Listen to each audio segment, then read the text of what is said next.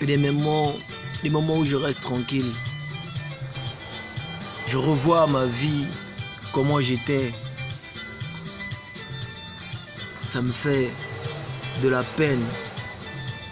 Quand je rentre en moi-même, j'essaie de voir comment Jésus-Christ m'a sauvé. J'essaie de voir comment est-ce que le Christ m'a sorti des ténèbres, de la vie que je menais. Et je ne cesse de lui rendre grâce. Je ne vois pas ce que je peux donner à Dieu. Il n'y a rien que je puisse donner à Dieu si ce n'est de parler de lui. Tout en étant reconnaissant de tout ce qu'il a fait dans ma vie. Raison pour laquelle je suis toujours là à faire des vidéos pour sensibiliser, pour parler autour de moi, afin que les autres aussi comprennent que le temps que la Bible a tant prédit, le temps que la Bible a longtemps dit est arrivé. Dans Luc chapitre 17, le verset 20 jusqu'à 30, la parole de Dieu dit que le royaume des cieux est déjà là. La parole de Dieu nous dit que lorsque le Fils de l'homme va revenir, ça sera comme au temps de Noé. La Bible dit qu'il doit d'abord être rejeté. Cette génération va rejeter Dieu. Cette génération va rejeter Jésus-Christ. Ce qui arriva du temps de Noé arrivera de même au jour du Fils de l'homme. Le Fils de l'homme qui est Jésus-Christ. Ce qui est arrivé au temps de Noé, de la même manière que les hommes mangeaient, buvaient, se mariaient et mariaient leurs enfants, comme la Bible le dit dans Genèse. Les hommes ont fait tout ce qui était mauvais aux yeux de Dieu. Jusqu'au jour où Noé est rentré dans l'arche. Les gens ne se doutaient de rien. Les gens se disaient que la vie devait continuer comme c'était. Combien de personnes aujourd'hui disent: oh, mais depuis qu'on a commencé à dire que Jésus va revenir, Jésus en gros depuis que c'est un quiz. Jusqu'aujourd'hui, nous sommes en 2020, depuis on avait dit la fin du monde va arriver, ça n'arrive jamais. Voilà pourquoi la Bible dit: Dieu est lent à la colère, riche en bonté. Si Dieu est en train de retarder sa venue, c'est afin que les hommes puissent revenir à lui. Tu te dis peut-être que tu as la sémence de Dieu. Mais si tu ne reviens pas à Jésus-Christ, tu vas passer par la tribulation. Si tu ne reviens pas à Jésus-Christ maintenant, tu vas passer par la tribulation. Beaucoup de gens, parce que Jésus-Christ a dit: je suis le chemin, la vérité et la vie. Le chemin, la vérité et la vie. Beaucoup de gens ont accepté Jésus-Christ comme chemin. Ils vont à l'église, ils prient, ils donnent des offrandes, ils donnent les dîmes, mais ils ont gardé leur vie de péché en eux. Ils ont gardé leur vie sale. Si j'insiste toujours sur le péché, c'est parce que le péché, c'est-à-dire même le diable ne peut pas t'éloigner de Dieu. C'est le péché qui t'éloigne de Dieu. Même le diable ne peut pas éloigner l'homme de Dieu. Si tu ne vis pas dans le péché, le diable n'a pas d'autorité sur toi. Il ne peut pas t'éloigner de Dieu. Ce n'est que le péché qui éloigne l'homme de Dieu. Voilà pourquoi tout le temps nous parlons sur le péché. Mais les hommes n'aiment pas la vérité. Jésus-Christ dit: je suis le chemin, la vérité et la vie.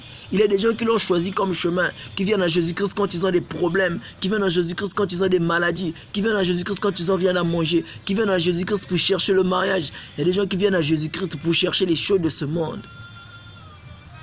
Les voitures, toutes les belles choses de ce monde. Ils l'ont choisi comme chemin, mais pas comme vérité et vie. La vérité, c'est Jésus-Christ. Lorsque tu parles de la vérité, les gens commencent à te détester. Les gens commencent à dire: ah, il nous fatigue avec ce qu'il dit. Donc même le pasteur ne prêche pas ça. Maintenant, lui, il est qui pour dire ça? Si ton pasteur ne te prêche pas sur le péché, si ton pasteur ne te dit pas d'abandonner la vie du monde, la vie du sexe, la vie de mensonge, la vie d'alcool, la vie de boîte, la vie de tout ce que tu connais qui est mauvais, ce pasteur-là n'est pas digne de te conduire. Et ce pasteur, lui et toi, vous allez droit en enfer. Vous avez pris un chemin qui vous emmène droit en enfer. Voilà pourquoi Jésus-Christ est le chemin, la vérité, la vie. La vérité, la vérité. La vérité, surtout la vérité. Accepte la vérité dans ta vie afin que tu sois sauvé. Je ne cesserai pas de parler parce que ça me fait mal. Au fait, j'étais en train de laver les habits. J'étais là assis en train de laver les habits. Maintenant seulement, même ce soir là, je suis en train de laver les habits. Et j'étais en train d'écouter la musique. La chanson d'un frère qui s'appelle Carlito. C'était un musicien. Lui aussi chantait la musique profane. Ceux qui ont mon âge et ceux qui sont plus âgés que moi connaissent ce musicien, Carlito. Carlito Lassa. Il chantait la musique profane. Mais Dieu l'a sorti de là. Et il a commencé à chanter pour Dieu. Quand j'écoute une de ses chansons, au fait, j'arrivais pas à retenir mes larmes. Je versais j'étais en train de verser des larmes. Des larmes. Tout d'un coup, j'ai arrêté de laver les habits. J'ai arrêté de laver des habits. J'étais en train de laver les habits. Et tout d'un coup, j'ai arrêté de laver les habits. Pour faire une vidéo sensibilisant encore les gens. Parler encore. Parce que je vois cet amour. Comment est-ce que Dieu a pu me sortir des ténèbres? Moi qui faisais des choses impures. Moi qui couchais même avec les gens de même famille que moi, l'inceste. Moi qui commettais des choses horribles. Dans lesquelles beaucoup de gens sont encore aujourd'hui. Je me suis arrêté, j'ai dit non, je dois encore parler. C'est compliqué. Ça me fait mal, ça me fait vraiment mal de voir comment est-ce que la génération aujourd'hui est corrompue. C'est-à-dire, nous n'aimons plus Dieu. Le Fils de l'homme est rejeté. Jésus-Christ est abandonné. Nous avons abandonné le Christ. Nous avons rejeté Jésus-Christ. Lui qui est notre vie, lui qui est censé nous sauver, lui qui frappe à la porte. Apocalypse chapitre 3, le verset bien. Voici, je me tiens à la porte et je frappe. Si quelqu'un, la génération a rejeté Jésus-Christ, mais il dit si quelqu'un, tu dis non, toi tu as changé, c'est ton jour. Moi aussi, mon jour arrivera, mon frère. Le jour, donc, ma soeur, le jour que tu attends, c'est le jour de ta mort. Chaque jour que Dieu te donne est une nouvelle occasion afin que tu mettes ta vie en ordre avec lui. N'oublie pas combien de personnes sont mortes. Il y a beaucoup de gens qui sont morts autour de toi. Beaucoup de gens sont morts. Tu n'es pas plus que eux. Tu n'es pas plus que toutes ces personnes qui sont mortes en 2019.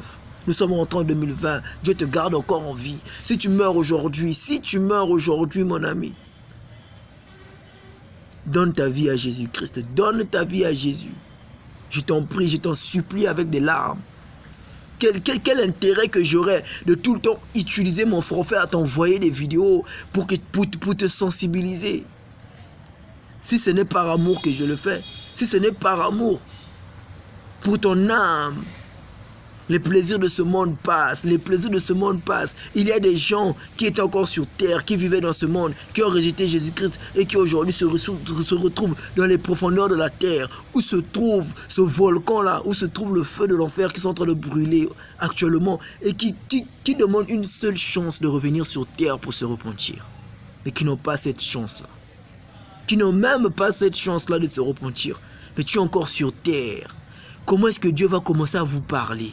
Même les mauvaises personnes comme nous sommes en train de changer. Même les gens qui ont fait du mal sont en train de changer. Les catcheurs sont en train de changer. Combien de fois j'ai publié le témoignage de cet homme-là qui était un catcheur, qui a changé, qui a donné sa vie à Jésus. Mais toi, tu continues de vivre dans le péché. Tu continues toujours. Même si le diable aujourd'hui se repent et vient te parler, tu ne vas pas accepter parce que tu aimes le péché.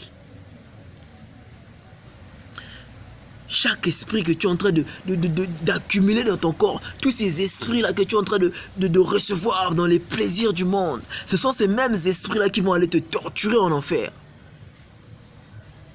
N'oublie pas que ton corps est un temple. La Bible dit le corps de l'homme est le temple de Dieu. Si le Saint-Esprit ne vit pas en toi, c'est que ce sont les démons qui sont en train de vivre en toi. Et ces démons-là qui vivent en toi, c'est eux qui vont aller te torturer. Quand tu iras en enfer, c'est eux qui vont te torturer. Dieu ne laisse personne aller en enfer. L'enfer, c'est le lieu où il n'y a pas la présence de Dieu. L'air que nous respirons, c'est la présence de Dieu.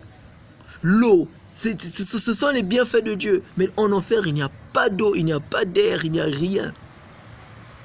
Il est temps de revenir à Dieu, s'il vous plaît. Je suis en train de vous implorer.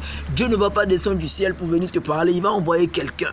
Dieu va envoyer quelqu'un. Le jour du jugement, Dieu va te parler. Tu auras des comptes à rendre. Toi qui suis les plaisirs de ce monde, est-ce que moi je ne suis pas jeune comme toi pour continuer à vivre dans les plaisirs du monde? Est-ce que c'est un pasteur qui vient te parler? Est-ce que c'est un vieux? N'est-ce pas un jeune comme toi? qui aussi faisait des choses abominables hier, mais qui aujourd'hui a changé. Tu dis que non, c'est ton jour. Dieu nous appelle tous à se convertir. Quand tu dis toujours, Dieu ne force personne, Dieu propose. La décision vient de toi. Tant que tu ne prends pas la décision, Dieu ne va pas entrer dans ton cœur. Dieu ne va pas te forcer. Prends la décision d'abandonner le péché. Prends la décision d'arrêter avec toutes ces choses-là. Toi, fille, toujours là avec les mèches. Tu connais pas les mèches, les tissages et toutes ces choses. J'ai publié beaucoup de témoignages où ce catcheur est en train de parler que ces mèches et ces vrais cheveux que vous utilisez sont les cheveux des sirènes. Ce sont les cheveux que les sirènes coupent et elles multiplient ces cheveux. Et elles partagent ça aujourd'hui. C'est vendu dans les marchés. Et vous prenez ces cheveux-là, vous mettez ça dans vos têtes. Mon frère, ma soeur, il est temps de changer.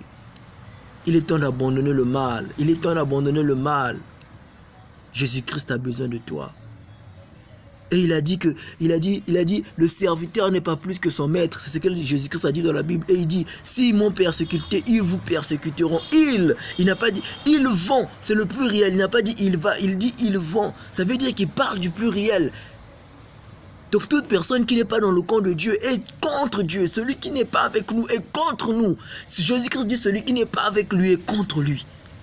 Être avec Jésus-Christ, c'est pas aller à l'église. Être avec Jésus-Christ, c'est pas être évangéliste dans une église. Être avec Jésus-Christ, c'est pas être pasteur. Être avec Jésus-Christ, c'est marcher selon la parole de Dieu. Respecter les commandements de Dieu. C'est ça, être avec Jésus-Christ. Marcher selon sa volonté. C'est ce que Dieu nous demande. Repentez-vous. Dieu veut vous sauver. Toi qui te plais encore dans les choses du monde, toi musicien qui continue de faire la musique du monde. Regarde, Arafat Didier est mort. Tu n'as pas plus de succès que ce qu'Arafat Didier avait. Lui, il est mort. Tu n'as pas plus de succès que ce que Michael Jackson avait. Il est mort. Ils ne sont pas partis avec tout le succès qu'ils avaient. C'est resté les voitures et toutes ces choses. Jésus-Christ nous appelle à nous repentir pendant qu'il est encore temps.